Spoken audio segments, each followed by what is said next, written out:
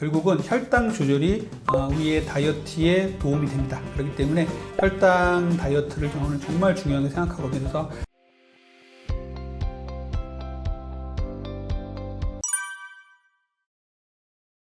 자, 인슐린 저항성은 몸에 인슐린이 넘쳐나는데도 불구하고 인슐린을 몸에서 제대로 쓰지 못하는 상황을 말해요. 그러니까 이 상황들이 잘 이해가 안 갈 수도 있겠지만 여러분들의 생활 속에서 제가 말씀드리는 내용이 있나 한번 보세요. 식후에 아주 급격한 식곤증.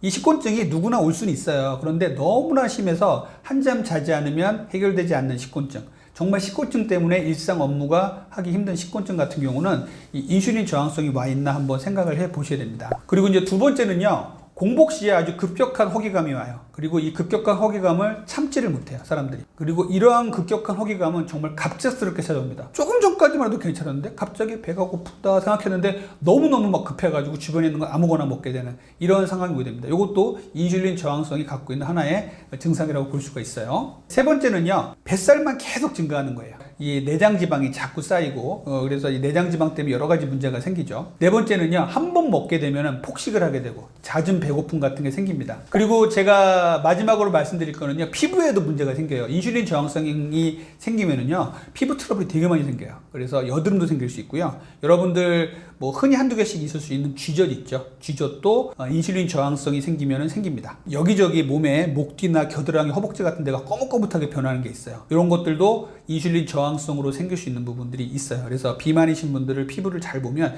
이런 분들이 생기고 있다면 당신은 벌써 대사질환이 오고 있습니다. 인슐린 저항성이 오고 있습니다라고 얘기를 하고 있습니다. 자, 모든 대사의 이제 근본적인 원인은 저는 인슐린 저항성에 있다고 봐요. 그리고 그 인슐린 저항성의 속으로 들어가 보면 비만이 있고요. 또 대사 유연성의 저하가 있습니다. 그래서 우리 몸이 모든 비만은 결국은 내장 지방을 쌓아놓기 때문에 생기는 것이고, 그 내장 지방을 쌓는 데 있어서는 인슐린 저항성이 원인이 된다. 그 인슐린 저항성은 정말 대사질환의 가장 가운데 있는 거예요. 우리가 건강검진 같은 걸 해보면요, 당신은 대사증후군입니다, 가까운 병원에 가서 2차 검진을 받으십시오 하고 나오는 게 있는데, 이게 결국은 인슐린 저항성이 생겼을 가능성이 있으니까 검사를 해보시라는 얘기거든요. 그래서 대사에 문제가 생겼기 때문에 비만이 오는 것이고, 그 비만의 원인 가장 중심에는 인슐린 저항성이 있다. 그래서 우리가 먹는 음식을 제대로 에너지원으로 쓰지 못하고, 그리고 에너지원으로 쓰지 못하면서 계속 지방으로 쌓아놓는 이런 몸이 되는 것이 가장 큰 비만의 원인이라고 보겠습니다. 다이어트를 할 때, 우리가 운동을 할 때 좀 조심해야 될 부분, 그리고 원칙, 이런 것들을 좀 말씀을 드릴게요. 운동이 정말 중요하니까 나는 나가서 무턱대고 운동을 하다가 다치는 분 너무 많아요. 특히 중년 이후의 분들은 정말 조심하셔야 됩니다. 일단은 자기가 어떤 운동을 할 수 있나 자기 자신을 잘 아는 걸 중요해요. 내가 이 정도 퍼포먼스의 운동을 할 수 있겠다라는 것들을 하실 수 있는 것들이 있다면 하시고요. 무리하게 하지 마십시오. 그래서 운동은 첫 번째, 점진적으로 늘려가셔야 됩니다. 아주 강도가 약한 운동부터 해서 강도가 강한 운동으로 올라가셔야 되고요. 두 번째는요, 큰 근육 운동을 하시고 나중에 작은 운동 근육을 하십시오.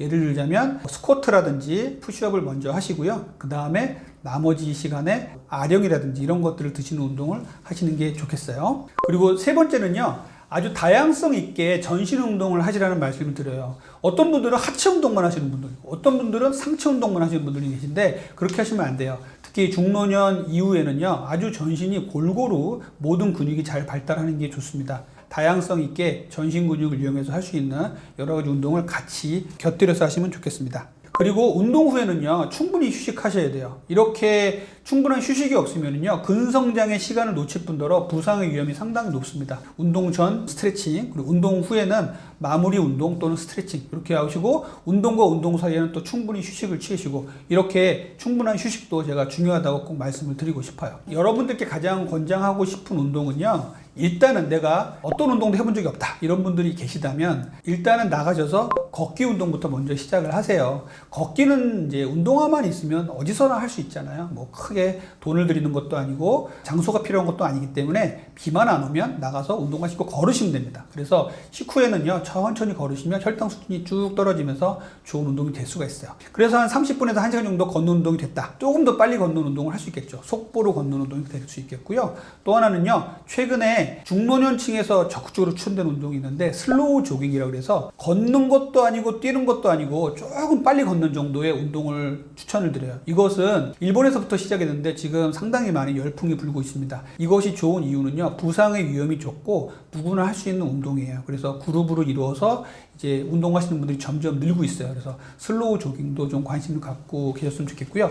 여기까지 된다 그러면 이제 계단 오르기, 등산, 그리고 조깅 이런 정도까지 천천히 강도를 올려가는 이런 운동을 좀 해줬으면 좋겠어요.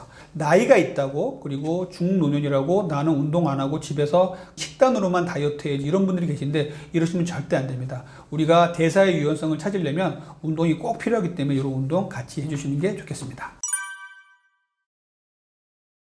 제가 가장 이제 효과가 좋다고 느끼는 다이어트, 저도 느끼고 했던 다이어트는 저탄수화물 고단백 다이어트라고 말씀드려요. 저탄수화물은 결국 정제된 탄수화물을 줄이고요. 그리고 단백질이 많은 식사를 하시라고 말씀을 드립니다. 이것은 현대인들이 너무나 많은 정제 탄수화물을 먹고 또 단백질이 부족한 사람들이 많기 때문에 적극적으로 제가 추천드리는 거고요. 혈당 측정기라는 것을 몸에 부착을 하고 제가 많은 음식을 먹어봤는데 결국은 혈당 조절이 우리의 다이어트에 도움이 됩니다. 그렇기 때문에 혈당 다이어트를 저는 정말 중요하게 생각하거든요. 그래서 혈당을 올리지 않는 저탄수화물 그리고 고단백 다이어트를 했으면 좋겠고요.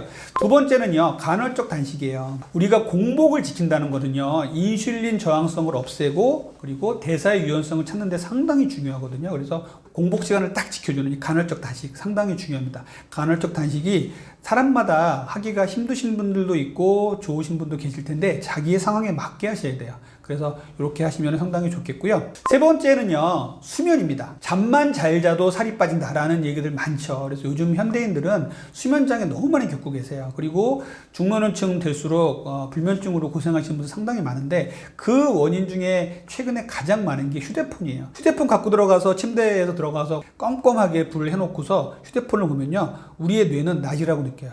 잠을 깨워버린단 말이에요.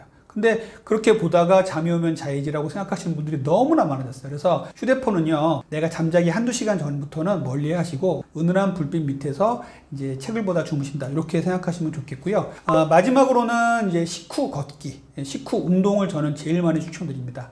혈당이 쫙 올라가는 식사 후에는요, 가만히 앉아 있으면 식사 후에 혈당이 계속 올라가게 됩니다. 그래서 식사 후에는요, 반드시 걸으세요. 그러면 혈당이 올라가다 멈춰서 쭉 수평을 유지하다가 떨어집니다. 이렇게 해서 저는 요 네 가지를 가장 중요한 다이어트 방법이라고 말씀드리고 있고, 저희 비만 클리닉에 찾아오시는 분들도 요 네 가지는 꼭 하시라고 말씀을 드립니다.